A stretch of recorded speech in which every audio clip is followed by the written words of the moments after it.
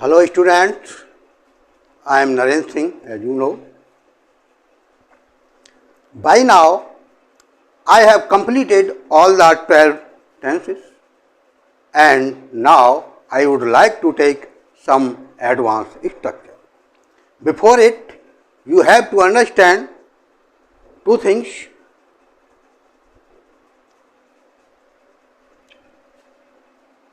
आपको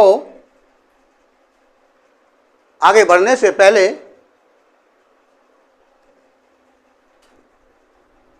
एक वर्ड है लगना।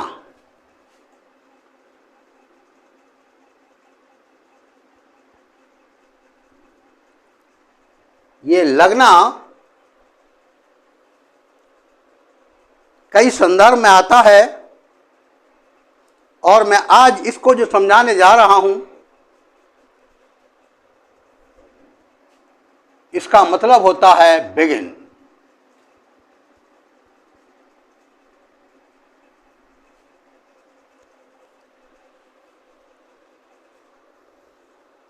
और इससे पहले आपको दो चीजें समझना जरूरी है। थोड़ा ग्रामर की तरफ ध्यान देना पड़ेगा आपके लिए। एक तो इन्फिनेटिव, फर्स्ट है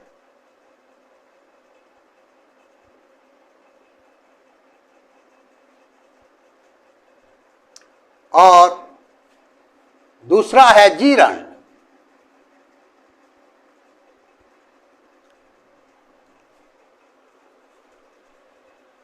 ये लगना वर्ड को समझने के लिए ये दोनों चीजें आपको समझनी जरूरी है। और यही नहीं, ये आपके जो है स्पीकिंग है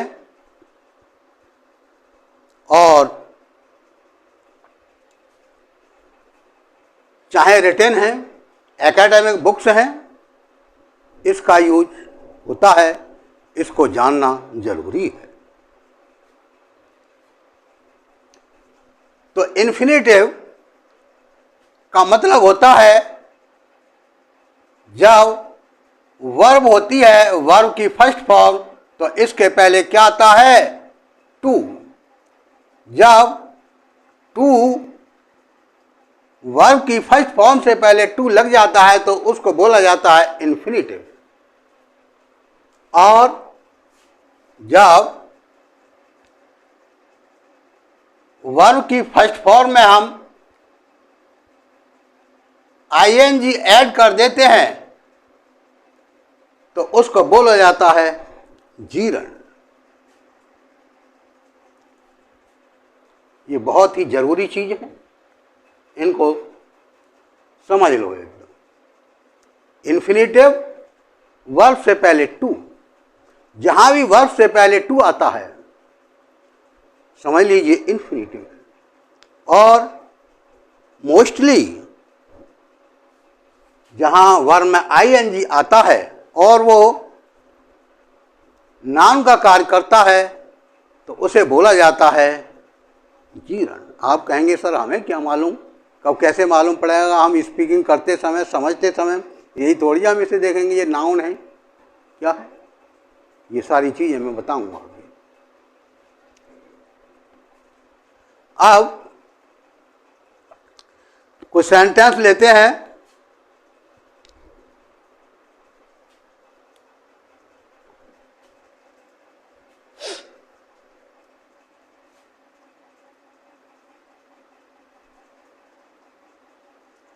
वह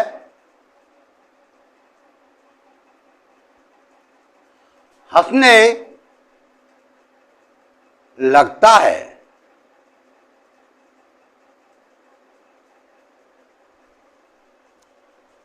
वह हंसने लगता है। और इसी के साथ दूसरा सेंटेंस है वह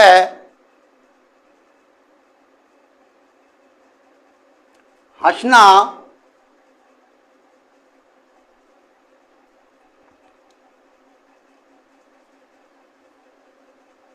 शुरू कर देता है।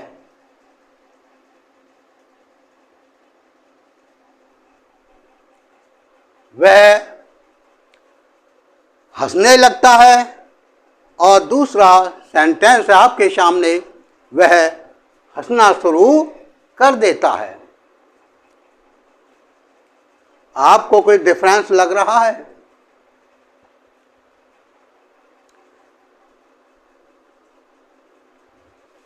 The structure of both the sentences are different. दोनों की जो बनावट है एकदम अलग है, but the sense of the both sentences is same. दोनों का जो सेंस है, भाव है, वो तो एक ही है। वह हंसने लगता है, बात वही है, और वह हंसना शुरू कर देता है, बात तो एक ही है। लेकिन जब वह हंसने लगता है तो हम इसके लिए कैसे स्ट्रक्चर करेंगे? हम जो है सबसे पहले सब्जेक्ट, इसके बाद बिगिन, और ये जो बिगिन वर्ड है ये टेंस के अकॉर्डिंग आएगा, लेकिन आज मैं प्रेजेंट टेंस का ही यूज कर रहा हूं बिगिन के लिए। Subject plus begin plus infinitive.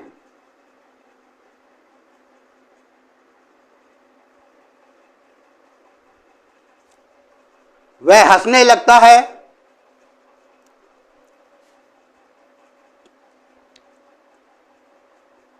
ही बिगिन्स, प्रेजेंट इंडेफिनिट है, ताहे तियते है, ये सब मैं पढ़ा चुका हूं आपके लिए। और जो है उन्हीं के ऊपर based on them I am teaching some these structures. ये जो भी मैं इस समय पढ़ा रहा हूं ये सब जो है टेंसेस, जो टेंस हैं उन्हीं के ऊपर आधारित हैं। अभी आगे जैसे जैसे मैं एडवांस स्ट्रक्चर और भी बहुत सारी बताऊंगा, वो मैं उन्हीं को बताऊंगा जो मैंने पढ़ा दिया है, उसी के ऊपर आधारित बताऊंगा। ये नहीं है कि कहीं का ईंट कहीं का रोड़ा, भानमती ने कुनवा जोड़ा, ये चीज़ यहाँ नहीं चलती है। यहाँ पूरा जो है हमारा जो एम है वो मेक यू अंडरस्टैंड, आपको समझाना है, रटाना नहीं है। वह हंसने लगता है, ही बिगिन्स, इसके बाद क्या आएगी? इन्फिनेटिव, यानी वर्ब से पहले टू। वर्ब क्या है? हंसना। टू लाफ, वह हंसने लगता है, ही बिगिन्स टू लाफ। अब ये जो हंसना है ये टेंस की वर्ब नहीं है। वर्ब की टेंस क्या है? लगना। ये क्या है? ये इन्फिनिटिव है, नॉन फाइनाइट। अभी मैंने नॉन फाइनाइट के बारे में आपको बताया नहीं है, एक वीडियो में इनके लिए मैं अच्छी तरह से समझाऊंगा, लेकिन यहाँ तो इनका थोड़ा सा समझना जरूरी है। वह हंसने लगता है, ही बिगिन्स टू लाफ, वह हंसना शुरू कर देता है। ये भी प्रेजेंट इंडेफिनिट है, लेकिन इसको कैसे क्रिएट करेंगे? He starts,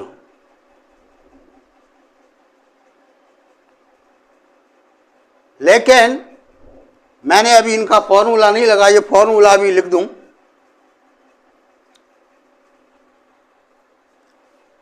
subject plus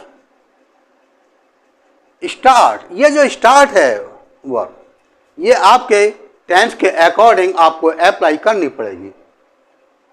subject plus start plus gerund. Gerund मतलब वही वर्ब में आईएनजी। तो वह हंसना शुरू कर देता है। ही स्टार्ट्स, सेंटेंस जो बनेगा स्टार्ट के अकॉर्डिंग, सिंगुलर सब्जेक्ट है, आपके लिए वर्ब में एस ईएस ज्वाइन करनी पड़ती है। ही स्टार्ट्स, इसके बाद जीरन, हंसना, लाफिंग,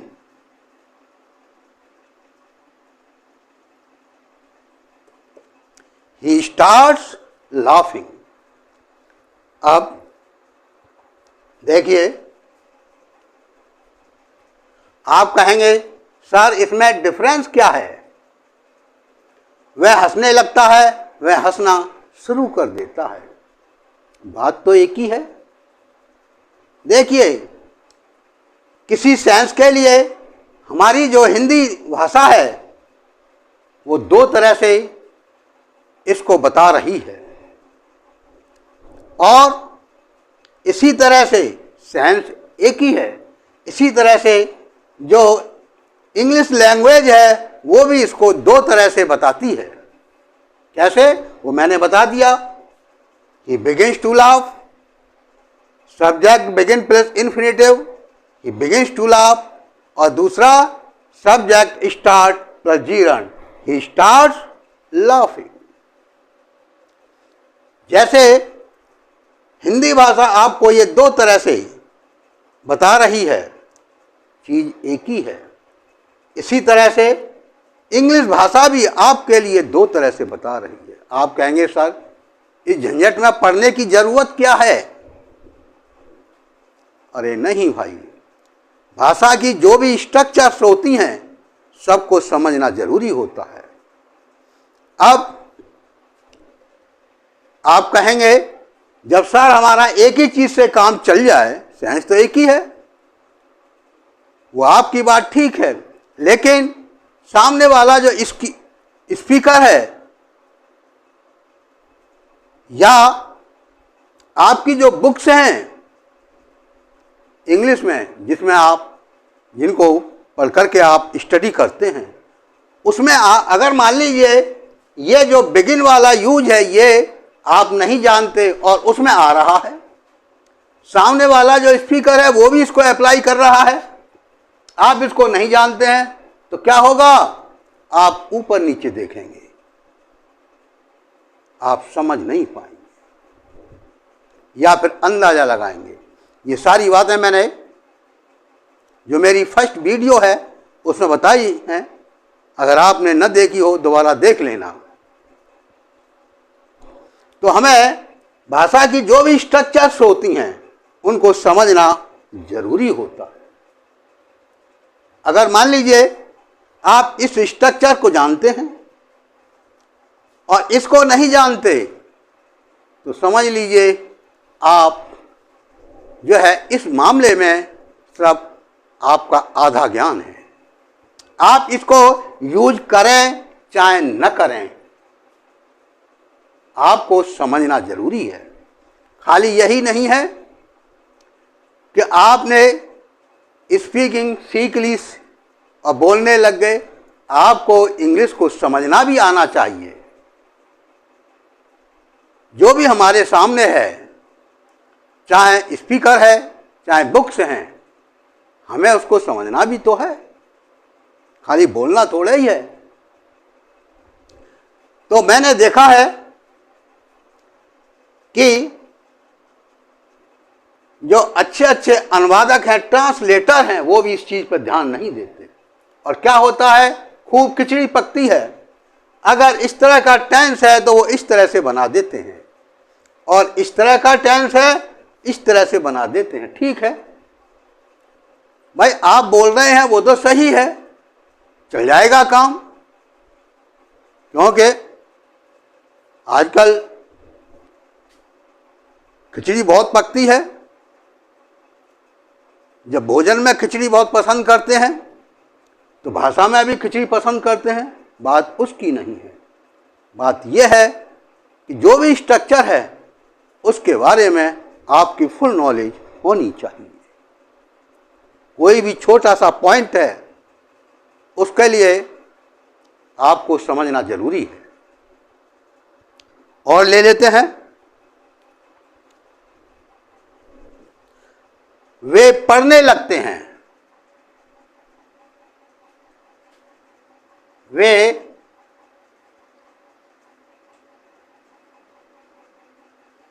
पढ़ने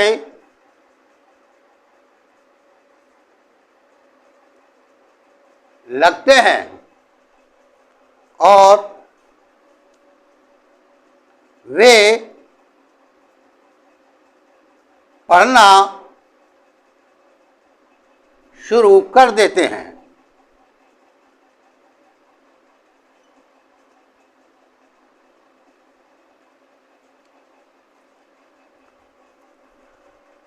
वे पढ़ने लगते हैं और वे पढ़ना शुरू कर देते हैं। यहां भी आप देख रहे हैं सेंस सेम है, नो डिफरेंस। लेकिन इसको आप कैसे क्रिएट करेंगे? वे पढ़ने लगते हैं, वही subject begin infinitive.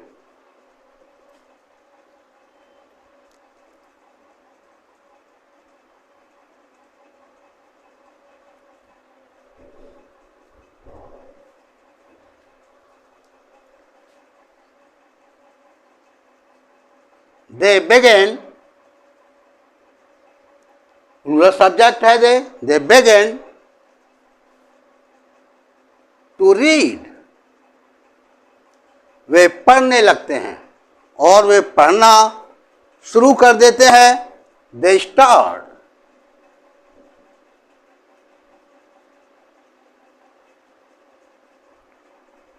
Reading gerund,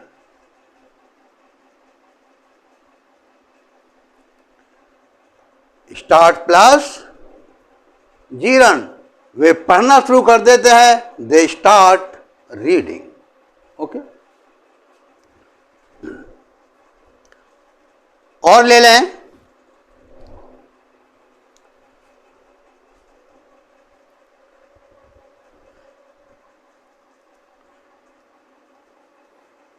जोरों की बारिश होने लगती है।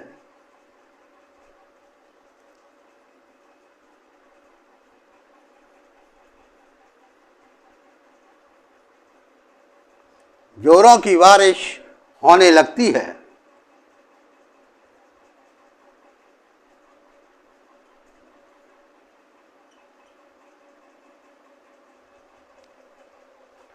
और इसको भी दूसरी तरह से हम कर सकते हैं, जोर की बारिश शुरू हो जाती है।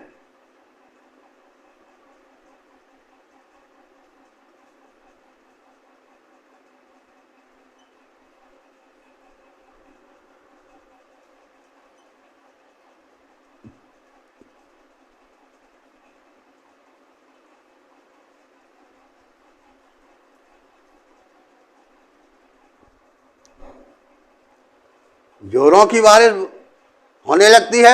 आपको मालूम है, जब कोई भी प्राकृतिक घटना होती है तो हम इट का यूज करते हैं। First of all,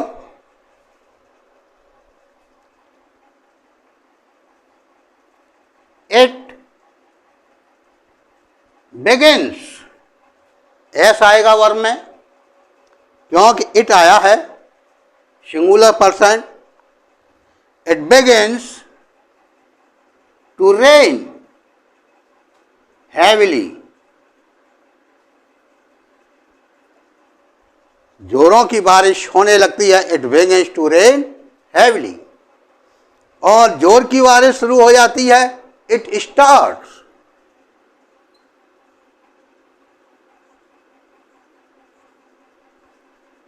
it starts raining।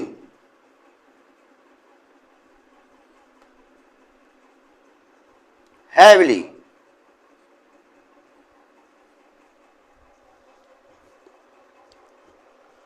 तो ये दोनों स्ट्रक्चर्स हैं, आपको इनकी पूरी नॉलेज होनी चाहिए। पता नहीं कब किस स्ट्रक्चर से आपका सामना हो जाए, आपको उससे गुजरना पड़े।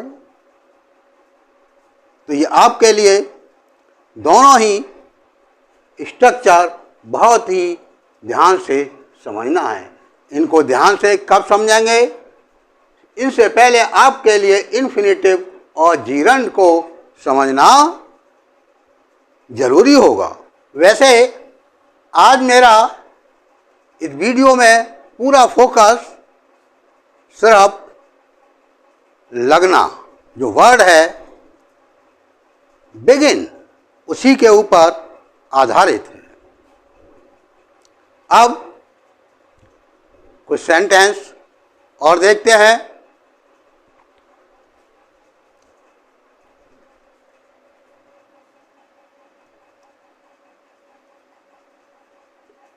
जब मैं उससे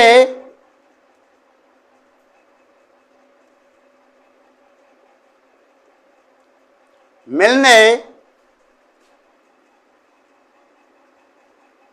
जाता हूं तो वह अपना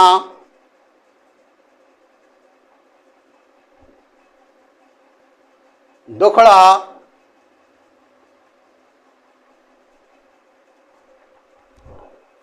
सुनाने लगती है।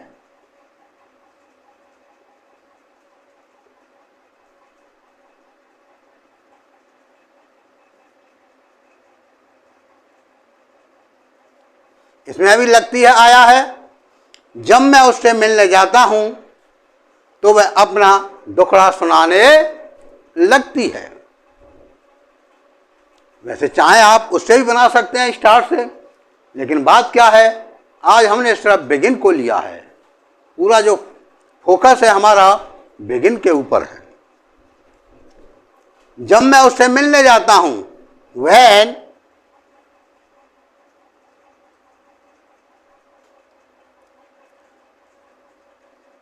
I go to see her, जब मैं उससे मिलने जाता हूं, वह अपना दुखड़ा सुनाने लगती है। She begins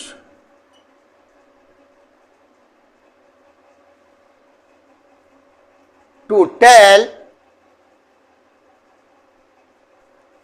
her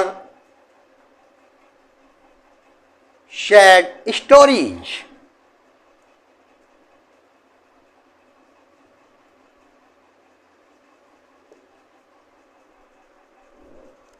जब मैं उससे मिलने जाता हूं तो वह अपना दुखड़ा सुनाने लगती है। When I go to see her, जब मैं उससे मिलने जाता हूं वह अपना दुखड़ा सुनाने लगती है। She begins, प्रेजेंट इंडेफिनिट है, to tell her sad story.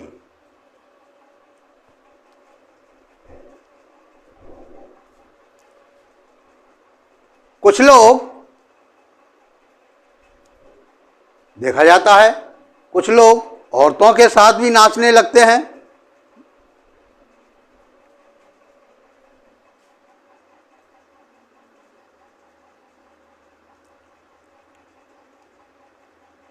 कुछ लोग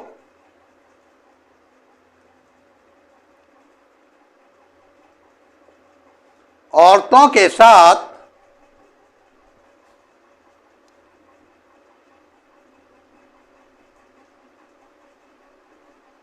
नाचने लगते हैं।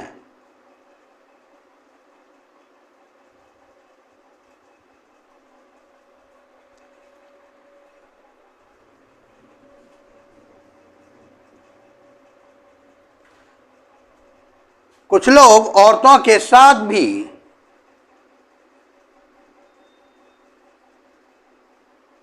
नाचने लगते हैं। इट इज एन आर्ट, ये कोई बुरा काम नहीं है, ये भी एक कला है। लेकिन बात सिर्फ कला की नहीं है, बात ये यहां है कुछ लोग औरतों के साथ भी नाचने लगते हैं।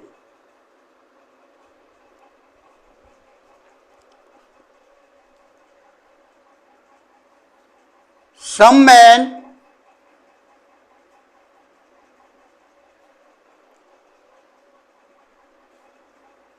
begin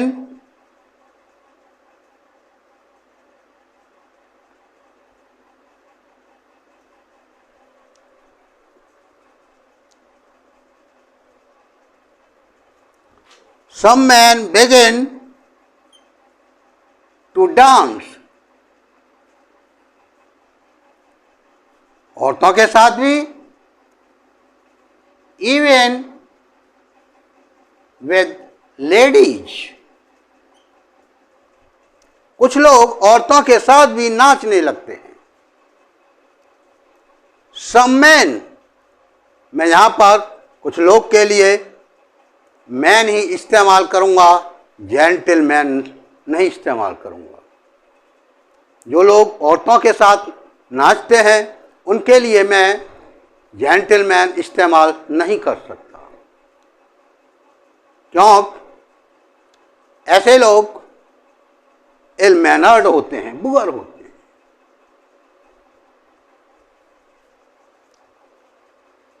मैं औरतों के लिए तो लेडी लगा सकता हूं, वो तो महिलाएं हैं, महिलाओं में नाच रही हैं, भाई क्या बुराई है।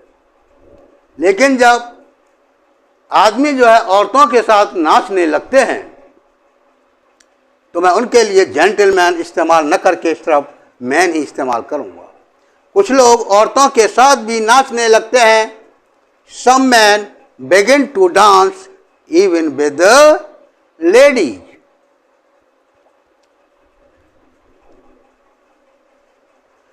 और ले शाम के 10 बजे के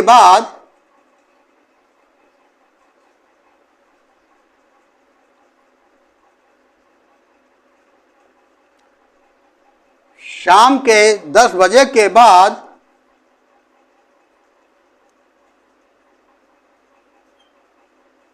गुंडे बदमाश सक्रिय होने लगते हैं।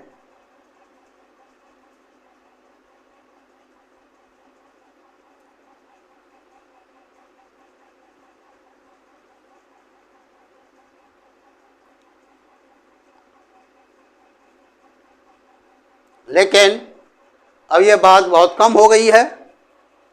जब से योगी जी आए हैं तब से बहुत राहत मिली है। खैर, शाम के 10 बजे के बाद गुंडे बदमाश सक्रिय होने लगते हैं। After 10 PM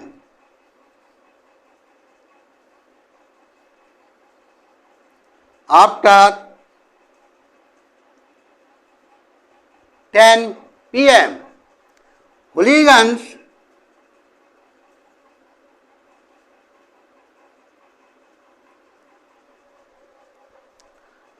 began to active। शाम के 10 बजे के बाद गुंडे बदमाश सक्रिय होने लगते हैं। आफ्टर 10 PM, शाम के 10 बजे के लिए 10 PM कर दें या 10 o'clock इन द इवनिंग, कैसे भी कर दें, ठीक वही है। After 10 PM hooligans begin to active। कुछ लोग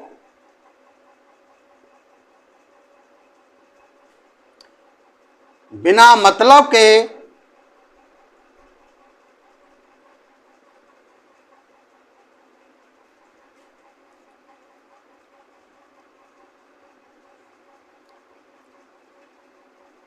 बुराई करने लगते हैं।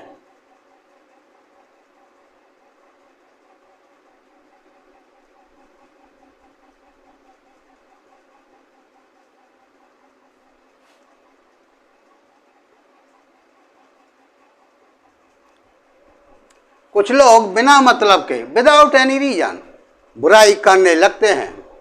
Some people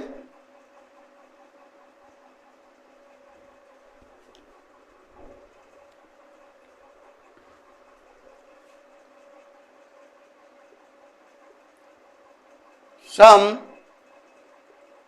pupil begin to do evil, बिना मतलब के, without any reason.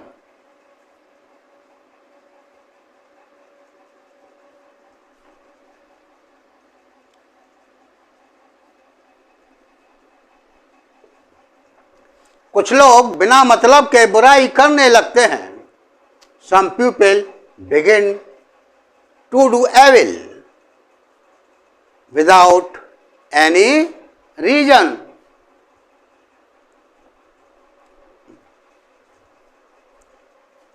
जब मैं घर पहुंचता हूं तो बच्चे पैसे मांगने लगते हैं.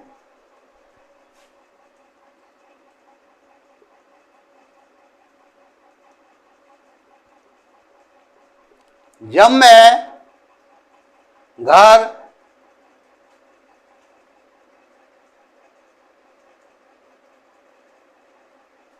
पहुंचता हूं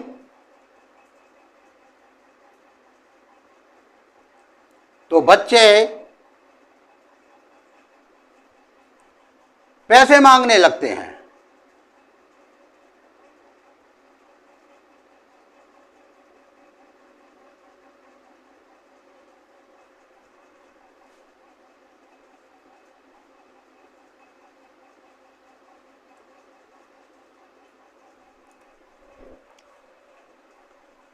When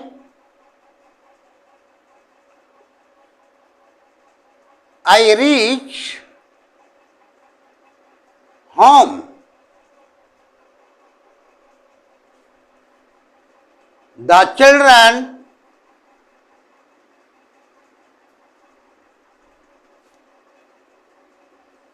begin to demand money.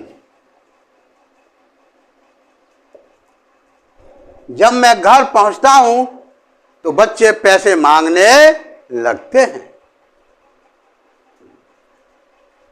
अब आप कहने लगे, सर मांगने लगते हैं और या मांगते हैं, इसमें डिफरेंस क्या है? अरे भाई, हम सिर्फ डिफरेंस ही नहीं देख रहे, हम जो है भाषा का आपके लिए ज्ञान करा रहे हैं. जब मैं घर पहुंचता हूं तो बच्चे पैसे मांगने लगते हैं. When I reach home, the children begin to demand money. वही क्या है? begin के बाद इंफिनिटिव 2 प्लस वर्ब की फर्स्ट फॉर्म.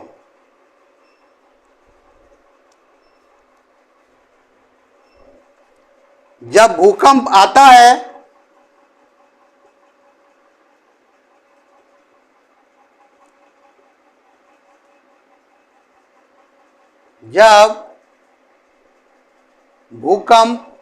है तो सभी कुछ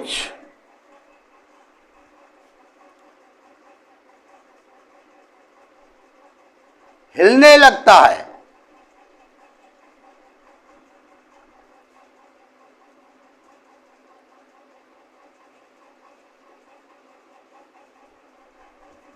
जब भूकंप आता है, when an earthquake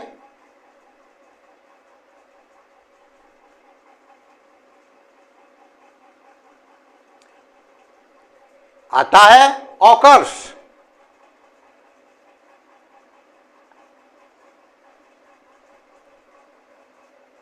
सभी कुछ हिलने लगता है. Everything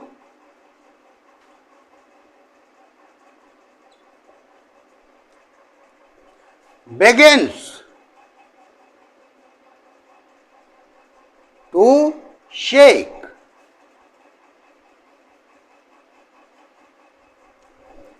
जब भूकंप आता है तो सभी कुछ हिलने लगता है. When an earthquake occurs, everything begins to shake.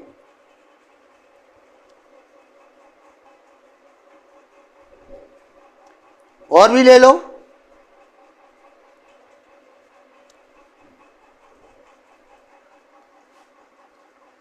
जब मैं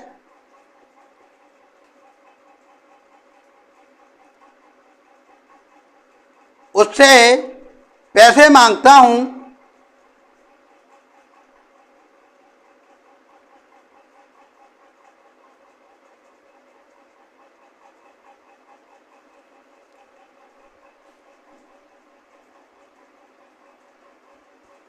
तो वह ऊट पटांग बातें करने लगता है।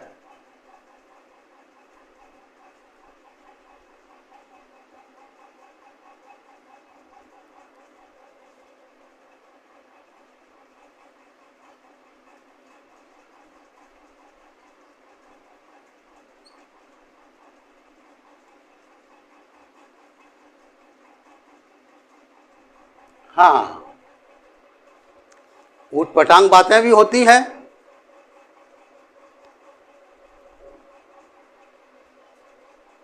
सब तरह की होती हैं बातें। जब मैं उससे पैसे मांगता हूं तो वह ऊट पटांग बातें करने लगता है। When I ask him for, देखिए मांगना, ask for, और जिससे मांगा जाता है वो ask for के बीच में अप्लाई किया जाता है। इसी को ध्यान रखना है। जब मैं उससे पैसे मांगता हूं, when I ask him for money, तो वह ऊट पटांग बातें करने लगता है। When I ask him for money, he begins, ऐसा आएगा बिगिन में क्योंकि ही सिंगुलर है। He begins to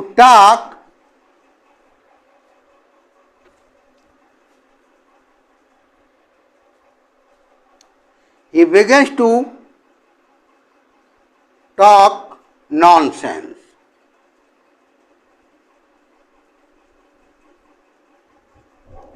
जब मैं उससे पैसे मांगता हूं तो वह ऊट पटांग बातें करने लगता है। When I ask him for money, he begins to talk nonsense. तो आपने देखा कि कोई काम करने लगना, उसका जो ट्रांसलेट है कैसे किया जाता है, बिगिन के द्वारा। और बिगिन जो है मेन वर्ब का कार्य करती है, ये ध्यान रखना है। और इसके बाद क्या आता है, क्या अप्लाई करेंगे आप, इन्फिनेटिव, यानी जो मेन वर्ब है उससे पहले आप टू ऐड कर देंगे। ओके,